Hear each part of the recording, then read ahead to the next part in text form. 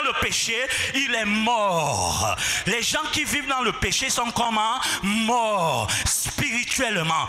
Et pourtant, ils ont reçu une bonne éducation. Mais l'éducation ne peut pas te donner la vie spirituelle. Je veux dire, l'éducation que tu as reçue ne peut pas te donner la vie spirituelle. Ne peut pas te donner la vie vis-à-vis de Dieu. Sinon, tous ceux qui ont reçu des éducations raffinées seraient les premières personnes sauvées. On peut avoir une bonne éducation, mais être mort spirituellement. Est-ce que quelqu'un m'entend ce matin? Oh, gloire à Dieu! Le bâton de l'éducation n'est pas puissant pour donner la vie spirituelle. C'est puissant pour faire de toi, sur le plan social, quelqu'un de connu, d'apprécié, de félicité. Mais ton éducation ne fait pas de toi, je dis, ton éducation ne fait pas de toi un fils ou une fille de Dieu. Oh, quelqu'un m'entend ce matin? Nous avons donc ce bâton de l'éducation religieuse même. Nous avons grandi, on fait grandir nos enfants en les emmenant à l'église, en leur enseignant les bonnes choses de l'église. Vous voyez, il y a des gens qui ont grandi à l'église, qui sont à l'église, mais qui n'ont pas la vie spirituelle. Il y a des gens qui ont grandi à l'église, qui viennent à l'église, je vais même ajouter, qui chantent à l'église, qui dansent à l'église, qui jouent à l'église, qui servent à l'église, mais qui n'ont pas la vie spirituelle. Avoir la vie spirituelle, tu peux venir à l'église et ne pas avoir la vie spirituelle. Tu peux avoir la Bible et ne pas avoir la vie spirituelle. Tu peux connaître, avoir entendu parler du Seigneur et même parler du Seigneur sans avoir la vie spirituelle. Oh, quelqu'un m'entend ce matin?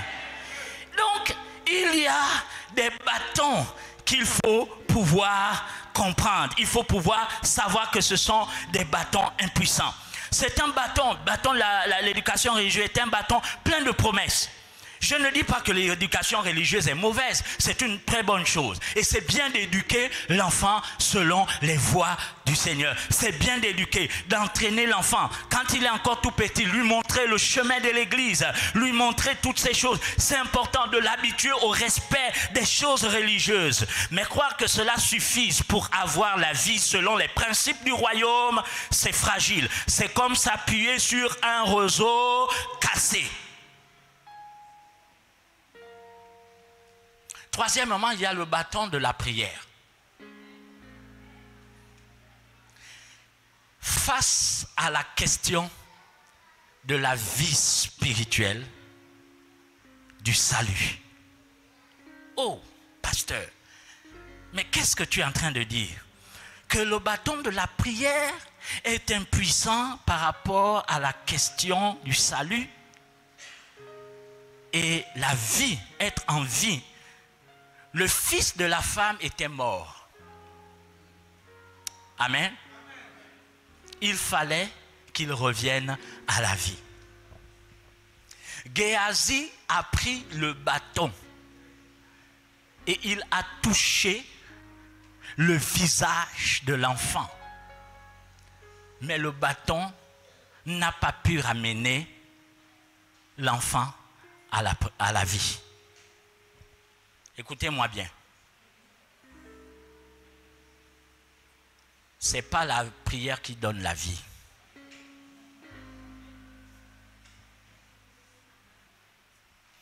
Ce n'est pas la prière qui donne la vie. Ce n'est pas la prière qui donne la vie. Oh, le pasteur est en train de nous scandaliser ce matin-là. Ce n'est pas la prière qui donne la vie.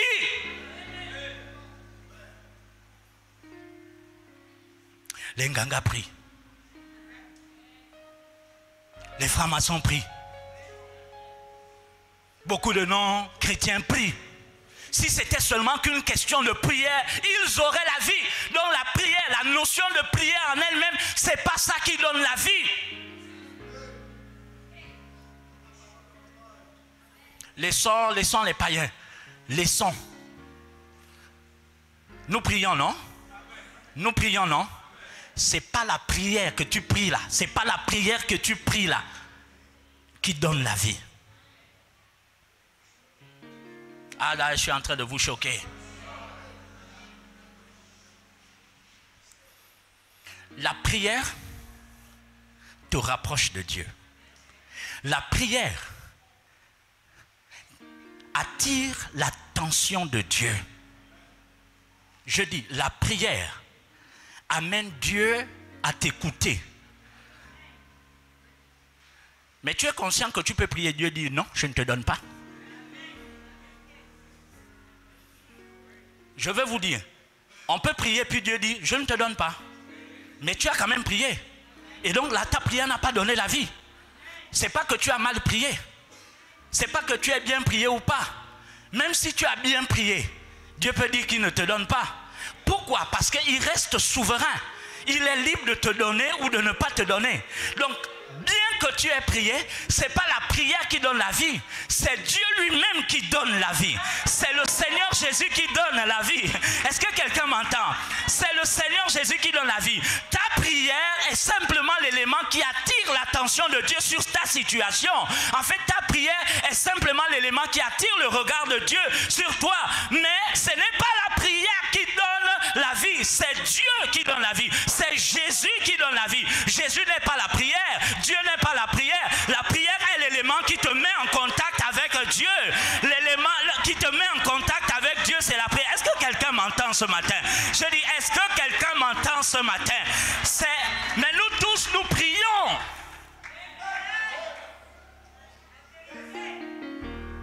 Il y a que parfois, les oreilles de l'Éternel, de Dieu, semblent fermées au point de ne pas écouter notre prière. Mais pourtant, nous avons quand même prié. Je ne sais pas si vous saisissez ce que je suis en train de dire.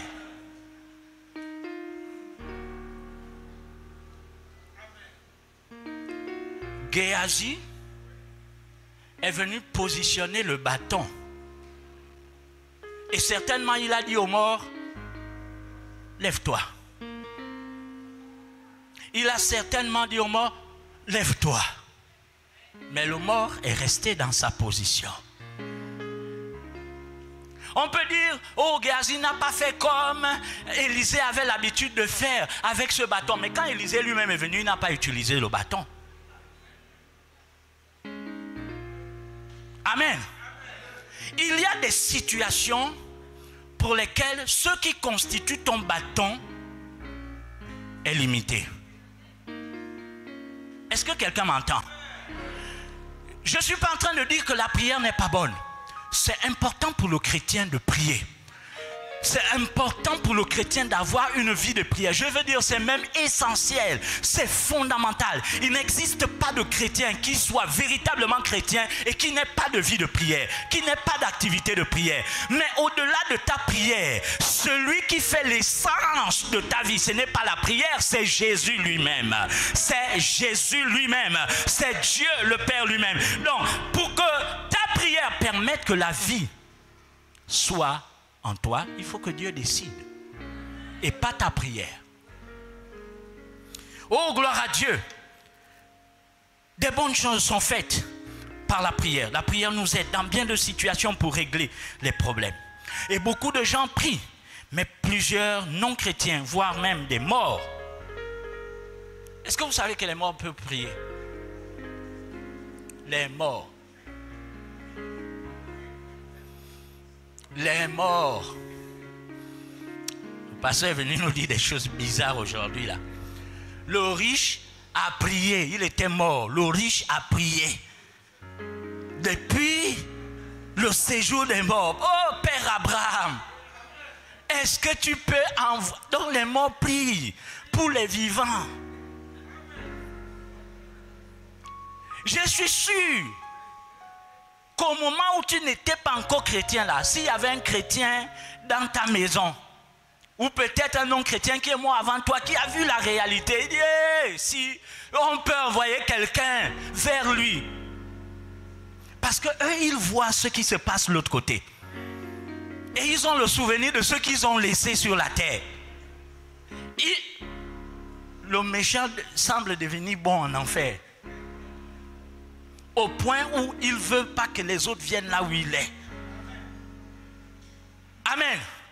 Donc ce n'est pas la prière. Je ne parle pas de la prière. Qui soit le bâton qui ramène à la vie. La prière a été l'élément par lequel nous avons demandé ou nous demandons à celui qui donne la vie de donner la vie. Est-ce que vous comprenez? Quel que soit notre niveau de capacité spirituelle, ta prière n'est qu'une prière. Oh, j'ai envie encore de le dire. Ta prière n'est qu'une prière. Et c'est tellement important. Pourquoi? Parce que Dieu est celui à qui la gloire appartient. Sinon, nous allons penser que c'est nous qui faisons alors que c'est Dieu qui fait. Sinon, nous allons penser que c'est nous qui faisons alors que c'est Dieu qui fait. Géasi a posé le bâton. L'enfant ne s'est pas réveillé. Nous avons le bâton des bonnes œuvres. Les gens peuvent s'appuyer sur leurs bonnes œuvres. Et souvent, les bonnes œuvres que tu fais t'ouvrent des portes. On dit un bienfait n'est jamais perdu. Alléluia. Un bienfait n'est jamais perdu. Il y a certains, ils ne comprennent pas dans leur vie pourquoi certaines portes s'ouvrent sans qu'ils ne forcent. Mais quelqu'un, à cause de ses œuvres, avant toi, te fait bénéficier de la grâce qui émanait de lui. Certains enfants ont été facilités à cause du nom qu'ils portent. Mais pas seulement à cause du nom, mais à cause de celui qui avant eux avait ce nom-là. Mais pas seulement du fait qu'il s'appelait X ou Y, mais surtout à cause des actes qu'il a posés, des œuvres qu'il a faites. Et c'est bien d'avoir de bonnes œuvres. C'est bien. Mais face à la question du salut, les œuvres ne donnent pas la vie. Les bonnes œuvres ne donnent pas la vie. Mais on ne va pas dire que ce n'est pas bien de faire des bonnes œuvres. Mais ça ne donne pas la vie. Il y a beaucoup de gens dans le monde qui font de bonnes œuvres, mais qui n'ont pas la vie spirituelle, qui n'ont pas la vie du royaume, qui ne sont pas des fils et des filles de Dieu. On a dit, enfin certaines personnes disent, ce grand jour-là, tu vas te présenter devant le Seigneur et il va mettre sur la balance tes bonnes œuvres et tes mauvaises œuvres. Le côté qui va pencher le plus, c'est le côté qui va déterminer ton sort. Si la balance penche le plus du côté des bonnes œuvres, alors tu vas au paradis. Si la balance penche le plus du côté des mauvaises œuvres, alors tu vas en enfer. Qui croit à ça? Bon, je sais que quand on est à l'église, on ne peut pas dire qu'on croit à ça. Mais dans le cœur, il y a des gens qui croient à ça. Il y a des gens qui croient à ça.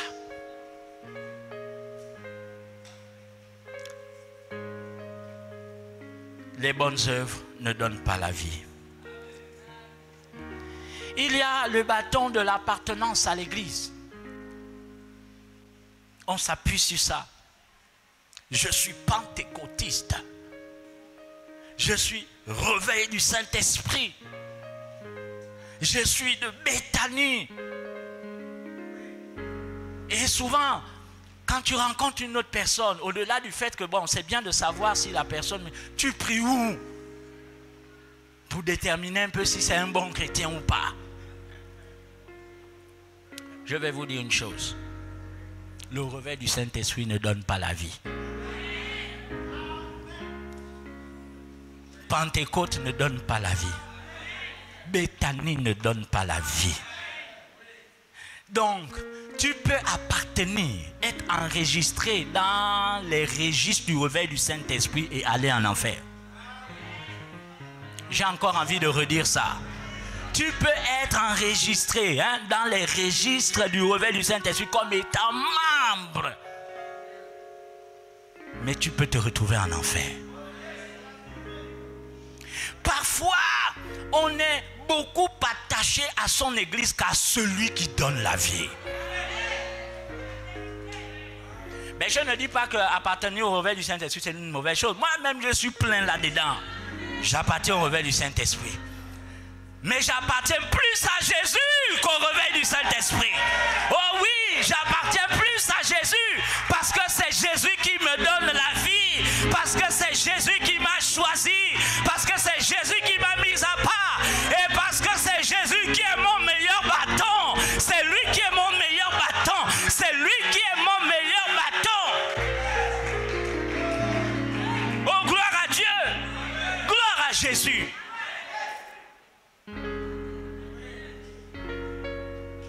Appartient à Christ. Bâton d'appartenance à l'église. Bâton d'un bon entourage. C'est bien d'être bien entouré. Et on peut s'appuyer sur des gens qui sont autour de nous dans notre marche pour avoir une bonne conduite. On dit souvent que qui s'assemble se ressemble. Mais c'est une question de rapport de force. Est-ce que vous comprenez ça? Si tu t'assembles avec les non-croyants, il faut être sûr que tu sois capable de les amener à être comme toi. Est-ce que quelqu'un m'écoute? Parce que l'objectif de notre vie chrétienne n'est pas seulement qu'on s'assemble entre nous-mêmes, sinon on ne va jamais gagner les gens du dehors. Il faut bien qu'on soit aussi avec eux. Jésus était entouré de beaucoup de personnes qui avaient des vies bizarres. Mais c'est lui qui influençait leur vie. Et ces personnes-là changeaient. Et il aimait aller là où les gens ne le connaissent pas, là où les gens ont des mauvaises vies. Et il a dit, ce n'est pas le bien portant qui a besoin du médecin. Vous savez, un jour même, on s'est demandé que mais Jésus, il est avec les buveurs. Peut-être que c'était un bar de l'époque même. Il est avec les buveurs. Il dit, mais moi je ne vous comprends pas. Jean est venu, c'était quelqu'un d'à part. Il mangeait le miel et des sauterelles. On le voyait quelqu'un vraiment dit à lui là, il est bizarre. Maintenant moi je viens, je suis au milieu de vous. Je m'assieds avec vous, je discute avec vous. On dit, oh, c'est un buveur. Il fréquente les gens de mauvaise vie. Mais ce sont les gens de mauvaise vie qui ont besoin de changer. Il faut les côtoyer pour avoir l'opportunité de leur annoncer la bonne nouvelle. Pour avoir l'occasion de leur dire que Jésus les aime. Parce qu'eux, ils savent déjà qu'ils sont au mauvais côté. Mais ils ne savent pas comment sortir de là-bas.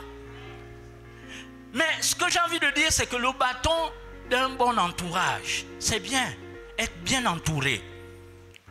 Il faut s'entourer de bonnes personnes. C'est ce que j'ai envie de dire. C'est bien. Même vos propres enfants, assurez-vous qu'ils s'entourent de bonnes personnes. Mais quand bien même on est entouré de bonnes personnes, notre entourage ne nous donne pas la vie. Ce n'est pas notre entourage qui nous donne la vie. Face à la question de la mort spirituelle, il y a des gens qui sont entourés des proches, des gens qui leur font du bien, mais ils ne sont pas sauvés. Amen. Judas Iscariote était entouré de bonnes personnes. J'ai dit Judas Iscariote. Qui connaît Judas Iscariote? N'est-ce pas, il était entouré de bonnes personnes, y compris Dieu même. Parce que Dieu était en Christ. On dit ça, non? Le Seigneur lui-même. Mais ça n'a pas empêché Judas d'aller là où on ne veut pas aller. On dit qu'il est allé à sa demeure. Dans les Actes des Apôtres, il est allé à sa demeure. Il est mort. Il s'est pendu. Le diable était en lui. Je vous parle de la femme de Lot. Elle a logé les anges. Vous connaissez l'histoire. Les anges n'ont pas fait un jour là-bas. Ils sont restés quelque temps. Au point où les gens de la ville, tellement le péché était à un niveau, ils voulaient coucher avec eux. Mais avoir les anges dans sa maison qui viennent tout droit d'en haut là-bas, mais quelle grâce!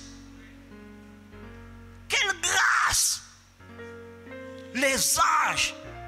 Oh, écoutez, les anges! Waouh! Mais quand ils sont sortis là, malgré la présence des anges, malgré l'influence des anges, le cœur était toujours à Sodome et Gomorrhe. Donc tu peux être bien entouré. La femme de l'autre n'avait pas la vie. Quand tu n'as pas la vie spirituelle, ton cœur est toujours tourné vers les choses de la mort. Est-ce que quelqu'un m'entend? Je vais donner le dernier bâton. Le bâton de la connaissance des Saintes Écritures.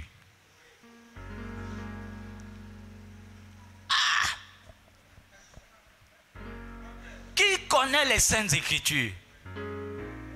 Vous ne voulez plus lever les mains? Bon, un peu. Qui connaît un peu la parole? Qui connaît un peu?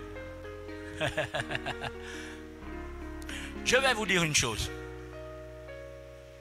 Il y a des païens, tu te tiens devant lui. Il faut faire attention. Il connaît bien la parole. Il y a des facultés théologiques libérales. Qu'est-ce que ça veut dire? Ça veut dire que ils sont dans ce qu'on appelle la théologie libre. Parmi les enseignants, vous allez voir quelqu'un, il vient vous enseigner, il vient avec sa cigarette. Bon, nous allons aujourd'hui voir, il est spécialiste du livre de Matthieu, spécialiste des Actes des Apôtres. Il laisse sa cigarette là. Bon, nous allons voir les Actes des Apôtres. Vous voyez à ce temps-là, il connaît. Je dis, il connaît. Vous savez, la connaissance à laquelle nous sommes appelés, ce n'est pas une connaissance théorique. La connaissance à laquelle nous sommes appelés, ce n'est pas une connaissance théorique. Tu peux réciter tous les versets. Oh, Matthieu dit ceci, chapitre 2, verset 3, ainsi de suite. C'est bien. Mais est-ce que c'est ce que tu vis?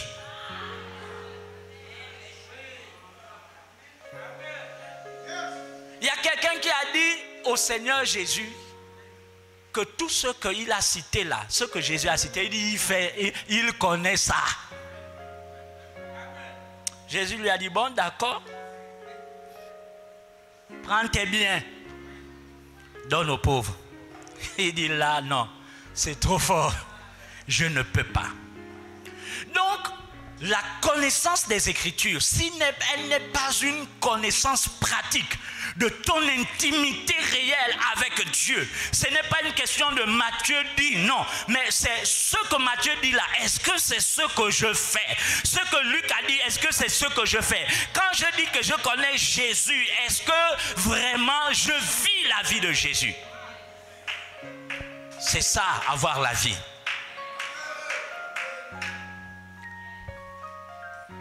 Je finis. J'ai voulu donner encore un bâton. Le bâton de la foi historique. Le bâton de la foi historique.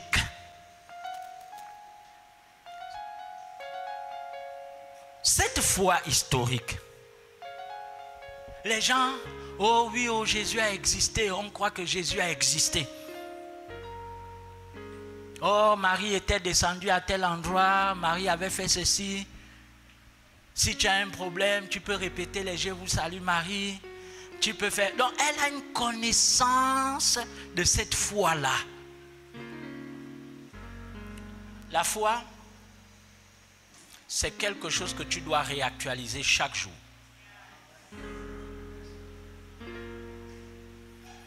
La foi, ta foi, tu dois faire la mise à jour chaque jour. Les disciples d'Emmaüs, ils ont parlé au passé. On pensait que c'est ce Jésus-là qui allait, c'est ça. Jésus lui-même, il a dit, mais donc tout ce que les prophètes ont dit, vous ne croyez pas à ça. Leur foi était restée une foi du passé. Si dans votre vie spirituelle, votre élément de référence, c'est votre vie chrétienne d'un certain temps où vous priez beaucoup, ça signifie que votre foi a baissé. La foi historique. L'histoire de la foi, oh je connais, bon, vous savez à cette époque, il y avait le réveil, hein? Il y avait le réveil à cette époque-là.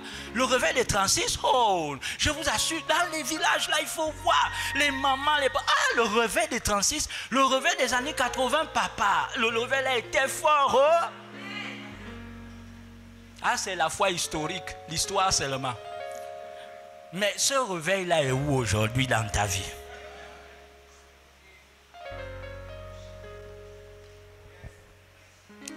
Amen. Quand Élisée est venu, il n'a pas pris le bâton. Et pourtant, c'est lui qui a donné le bâton à Géasi. Est-ce qu'il a senti que là, le bâton là? Non, là c'est un autre niveau. Mais pourtant, elle lui a dit que l'enfant était mort. Mais il a remis le bâton. Quelqu'un m'entend? Il lui a remis le bâton. Géasi est parti, ça n'a pas marché. Donc le bâton n'avait plus la puissance. Il y a un niveau où ton éducation n'aura plus la puissance. Il y a un niveau où ton entourage sera incapable. Il y a un niveau où ta connaissance simple des Écritures, mais pas une connaissance pratique, ne te permettra pas de résoudre le problème. Il y a un niveau où ta foi historique ne résolvera pas le problème. Non, ce n'est pas ça. Mais là, ce matin, je veux parler de l'homme qui a été la préfiguration de Christ. Parce que Christ a été préfiguré à travers la personne d'Élisée lui-même. Il a mis ses yeux dans les yeux, sa bouche dans la bouche, sa chair dans la chair. Il y a eu comme une forme d'incarnation. C'était comme une forme d'incarnation. C'est-à-dire, il devient la personne qui est malade. Quand Christ entre en toi, oh j'ai dit, quand Christ entre en toi, quand Christ entre en toi, quand Christ entre en toi, c'est seulement quand Christ entre en toi que la vie entre en toi. C'est seulement quand Christ entre en toi que la vie entre en toi. Je ne parle pas de la connaissance, non. Je parle de Christ lui-même. Je parle de Jésus lui-même. Il est la vie. Il est la vie. Il est la vie. Il est la vie. Il est la vie. Tu peux rentrer dans l'église, mais Christ n'est pas rentré en toi. Tu peux avoir la Bible, mais Christ n'est pas rentré en toi. Tu peux chanter, mais Christ n'est pas rentré en toi. Tu peux prêcher, mais Christ n'est pas rentré en toi. Je parle de quand Christ lui-même, il rentre. Est-ce que Christ est rentré?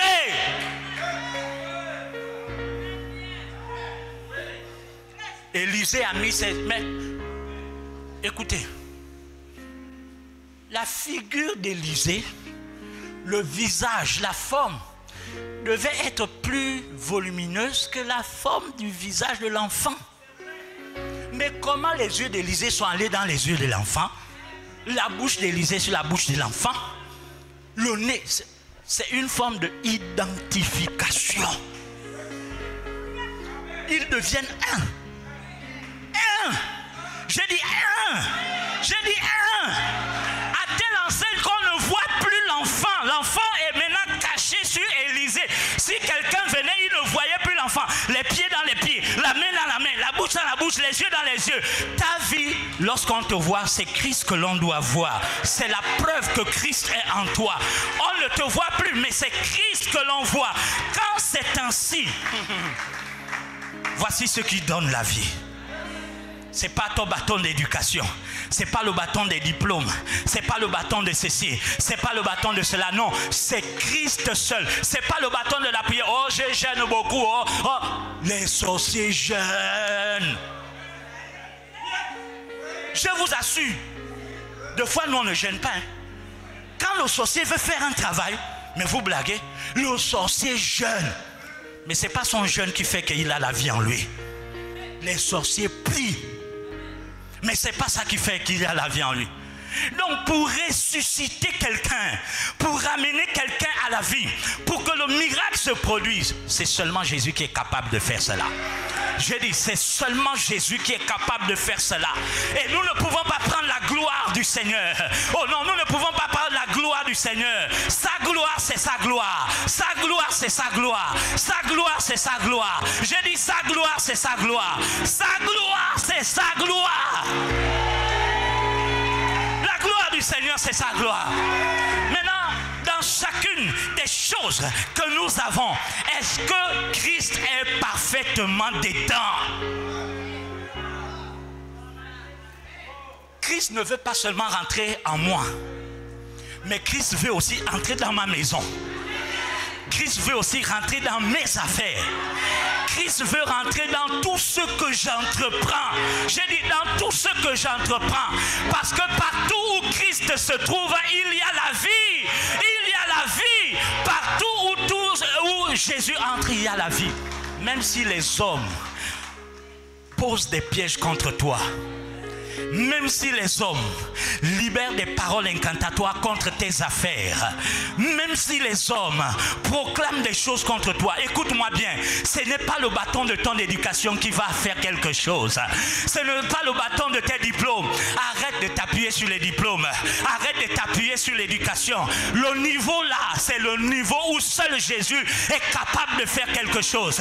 J'ai dit, le niveau là, c'est la dimension où seul Jésus est capable de faire quelque chose. Quand Élisée est venu, Élisée a senti que le bâton de l'éducation prophétique ne pouvait pas là. Le bâton de l'éducation prophétique ne pouvait pas. Non, il savait que là, c'était pas ça. Mais il fallait que lui-même descende. Il fallait que lui-même descende. À partir de cet instant, il dit, je deviens comme mon maître. Je deviens comme mon maître. Je me rends comme lui, celui qui a allongé la même image, la même ressemblance. Je me confonds à cette personne-là. Et la vie d'en haut va descendre. La vie d'en haut va descendre. Si Christ est confondu totalement à toi, ou toi confondu à Christ, qu'est-ce qui peut t'arrêter? Oh, je dis, qu'est-ce qui peut t'arrêter? Qu'est-ce qui peut empêcher à la vie de venir? Qu'est-ce qui peut empêcher? Il y a des moments, des hommes ont prié pour toi, ça n'a rien changé. N'est-ce pas? Il y a des moments où toi-même tu as prié, ça n'a rien changé. N'est-ce pas? Mais je parle de quand Christ pénètre. Et Christ n'est pas un bâton. Non. Là, c'était chair contre chair. Aïe. Chair contre chair. Yeux contre yeux. Bouche contre bouche. La bouche de l'enfant devient la bouche d'Élisée. Les yeux de l'enfant deviennent les yeux d'Élisée. Les mains de l'enfant deviennent les mains d'Élisée. Les pieds de l'enfant deviennent les pieds d'Élisée. Mes mains deviennent les mains de Dieu. Mes yeux deviennent les yeux de Dieu. Ma bouche devient la bouche de Dieu. Mes pieds deviennent les pieds de Dieu. La vie est en moi. Parce que si Dieu me donne ses mains, si Dieu me donne ses pieds, si Dieu me donne sa bouche, rien ne peut amener la mort en moi. Je suis en Dieu. Dieu est en moi.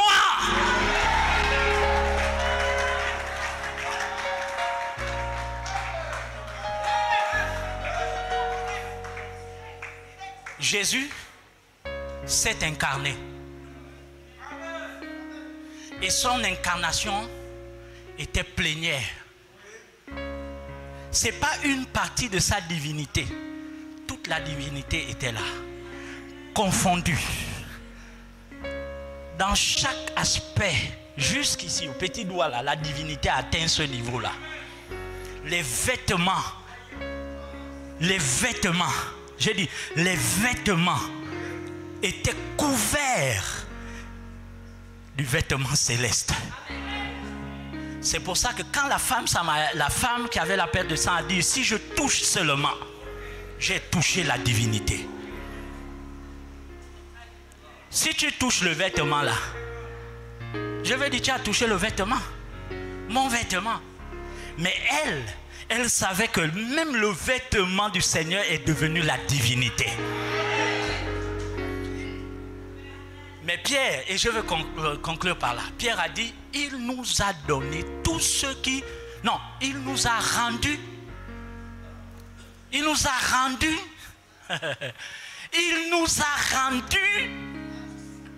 participants à sa nature divine. Il nous a rendus participants à sa nature divine. La divinité, tu as une partie de la divinité en toi.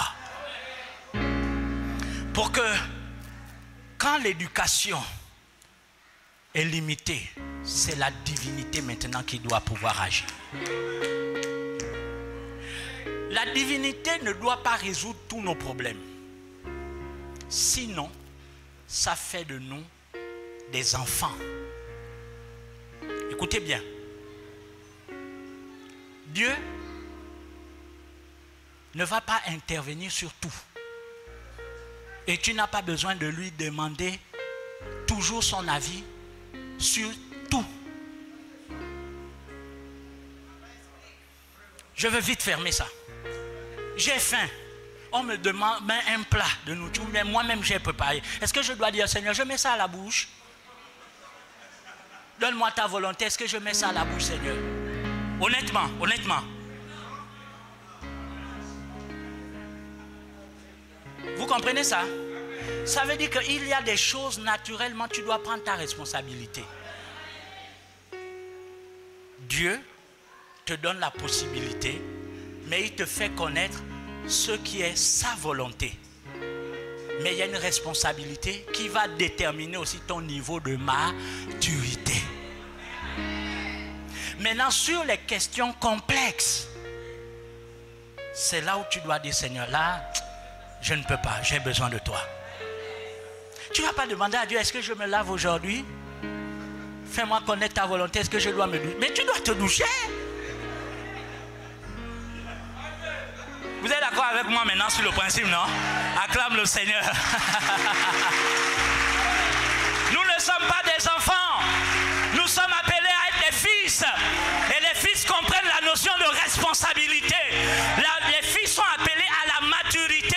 Il y a des choses que tu dois prendre des décisions. Et il y a des choses où tu dois consulter le Père. Et dire, là, je fais comment? Bâton. Éducation, c'est important. Bon entourage, c'est important. Connaissance des Écritures, c'est important. Mais dans tout cela, ce qui donne la vie, c'est lui-même, c'est le Seigneur. Que le Seigneur nous bénisse. Nous allons nous arrêter là.